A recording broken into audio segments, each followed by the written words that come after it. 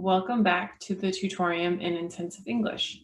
My name is Katie, and today's pronunciation lesson is a continuation of our discussion about reductions. Today, we're kind of going to cover a bunch of reduced phrases, some that you may be familiar with already. All right, before we get started with our material for today, I want to just take a moment to talk again about the importance of reductions and what our goals are by going over these reductions. So I just want to remind everyone, right, we're going to focus on reduced phrases today. Also that it's not necessary for you to produce these reductions in order to be understood. Right? So if you're not feeling ready, or maybe your English isn't advanced enough yet or fluent enough, you shouldn't feel pressured to use these in your everyday speech, right? Because it can be frustrating if you're not ready. It might make you feel like it's harder for people to understand you. So really, our purpose is to become more aware of these to help our listening, right? And just to know that these reductions are not lazy speech. They're not bad English. They are something that all native speakers do. They are probably part of the reason that you have difficulty understanding native speakers sometimes when they are speaking quickly. And we use them all the time. All the reductions I'm going to show you today, I use almost 100% of the time, most of them. I've probably used them today multiple times. All right, so let's go ahead and get started. So the first word or verb, we're going to talk about a lot of verb reductions today. And the first verb that we are going to look at is the verb want. Okay, so when we combine the verb want with an infinitive verb, now remember, infinitive verb is a verb with to plus base verb, right? So I want to watch a movie, right? Want to watch a movie. To watch is our infinitive.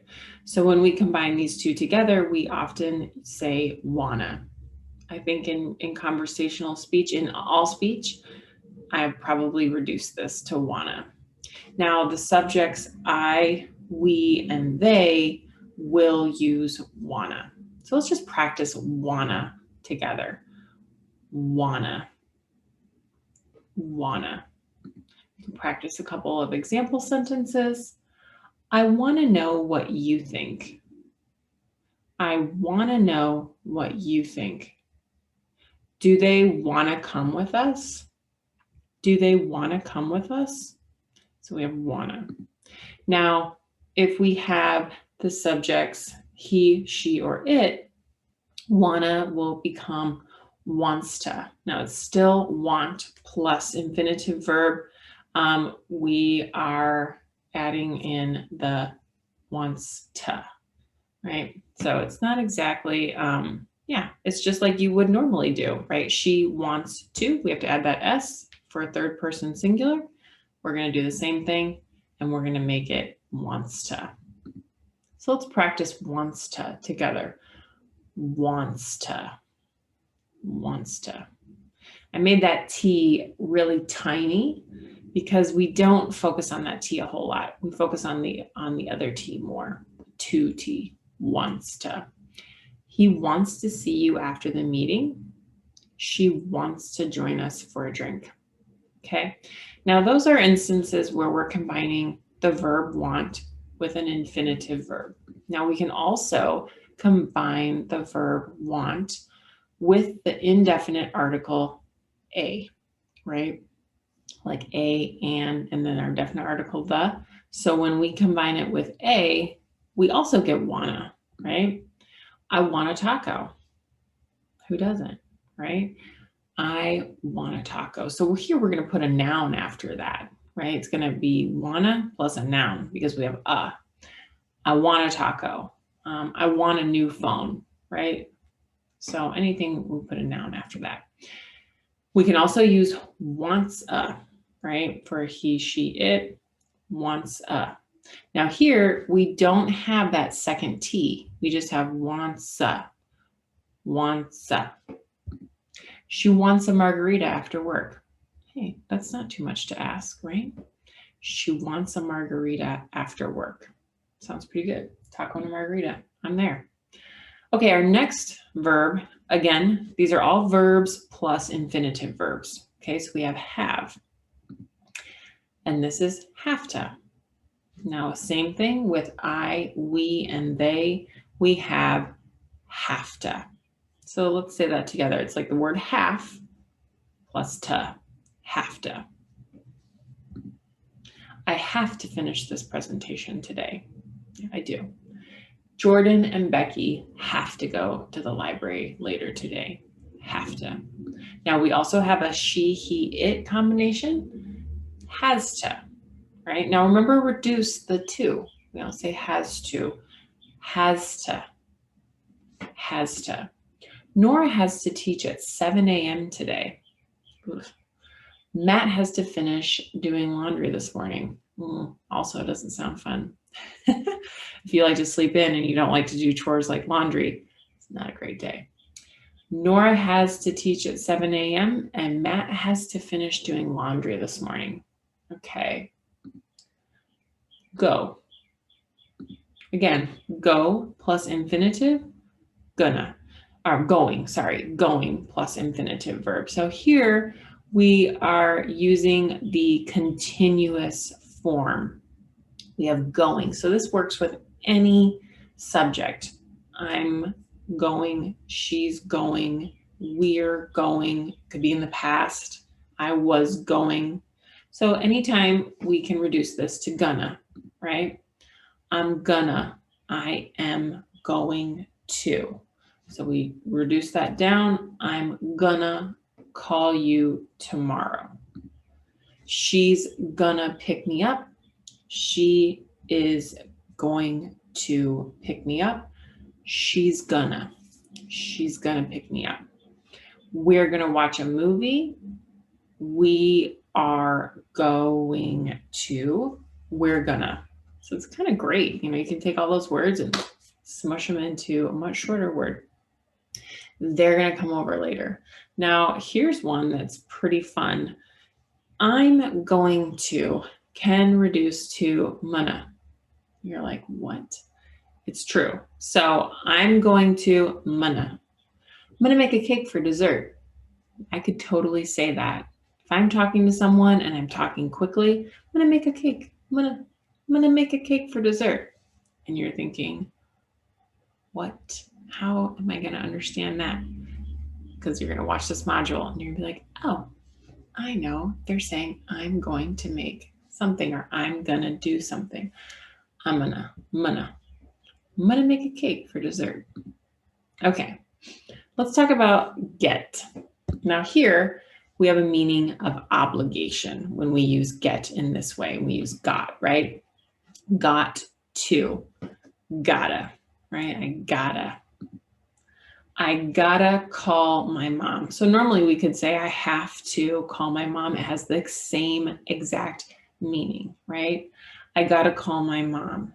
Now, when we say gotta, we pronounce those T's.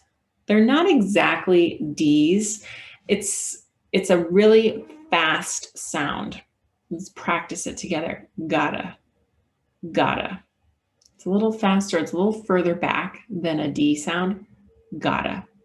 It's like the sound in water in American English. I gotta call my mom. We gotta go to the grocery store today. We gotta go. We gotta go to the grocery store today. Now here, she's gotta call her sister. This is interesting, right? Because here we use she has got to, right? So we're inserting auxiliary verb have. She has got to call her sister. She's got to call her sister. You notice that with the I and the we did not do that. We didn't say I have got to call my sister. You could say I've gotta, I've got to call my sister. We've got to go to the grocery store. But we often don't, and it's completely acceptable, right? So we, majority of the time, would say, I got to call my mom. And that would be completely normal.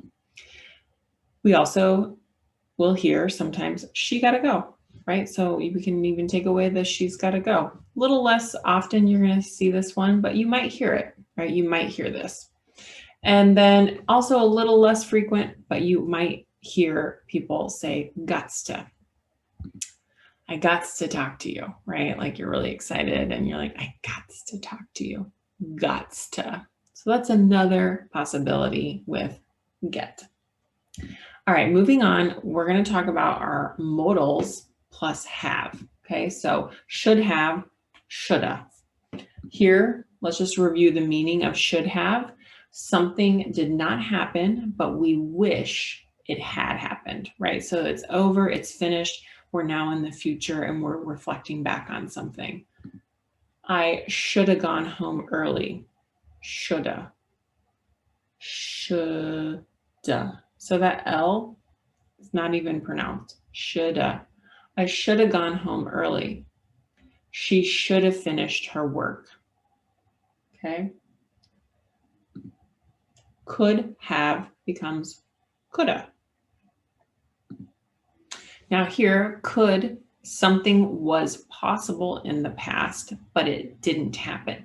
So it's a little bit different. We're talking about the possibility of whether something could or could not have happened, and it didn't happen. They could have left the party earlier. So I'm imagining a situation where it's the next day, maybe something bad happened because they didn't, or for some reason we're reflecting on the fact that they had the ability to leave the party earlier and it doesn't seem like they did. They did not. Coulda. They coulda left the party earlier. They coulda saved some food for the others. So here I'm thinking they ate all the food. Not very nice. And they coulda, maybe they shoulda, but they didn't save any for the rest of us. Finally, we have would have, woulda. Now, would have here, it's kind of complicated because you can get into the conditional a little bit, but we're just going to take it as wanted something. You wanted to do something in the past, but you couldn't, or for some reason it didn't happen. We would have come if you had told us earlier. So people wanted to come, they didn't have the information, right? So they couldn't do it. Woulda. And she would have told you eventually. She wanted to tell you, she would have, maybe for some reason, she never was able to tell you this important information. So we have shoulda, coulda, woulda. You probably know these or have heard these before. It's important to practice though. Practice these. These are a little more common. Shoulda, coulda, woulda. All right, and a few bits and bobs for the end. I have a few extras just to go over with you. I don't know, dunno, dunno. This one's hard to say slowly and sound the way it sounds when you say it fast. I don't know what you're talking about. Dunno, dunno. I don't know. There's like a really, your tongue is da-da-da, da-da-da. I don't know what you're talking about. Dunno. Because we can't come because we're busy. Now, again, native speakers use these all the time in all contexts. These, the ones I'm going to show you right now on this slide, not lazy. None of these are lazy. This is reductions. Everything we've talked about in this module, not lazy speech. It's just the nature of spoken English. We reduce a lot, okay? We can't come because we're busy. Give me, let me becomes gimme and lemme. Gimme 1 second. I'll be right with you. Gimme. Let me help you with that. Let me help you with that. Kind of and sort of become kinda and sorta. Now that sorta, that T is that D sound, sorta. He kinda helped, kinda. She sorta understands it. And finally, lots of, or a lot of, and lots of. Lotta and lotsa. We have a lotta, remember, D sound, not a T, lotta. We have a lot of help already. Now here we're going to have a T sound. We have lots of help already. We have lots of help. All right. So that is it for this module of reductions. I hope that you found these last 3 modules about reductions helpful. Remember, there's no pressure to use these. This is about awareness to help you with your listening and help you with your interactions with native speakers. All right, I will see you next time.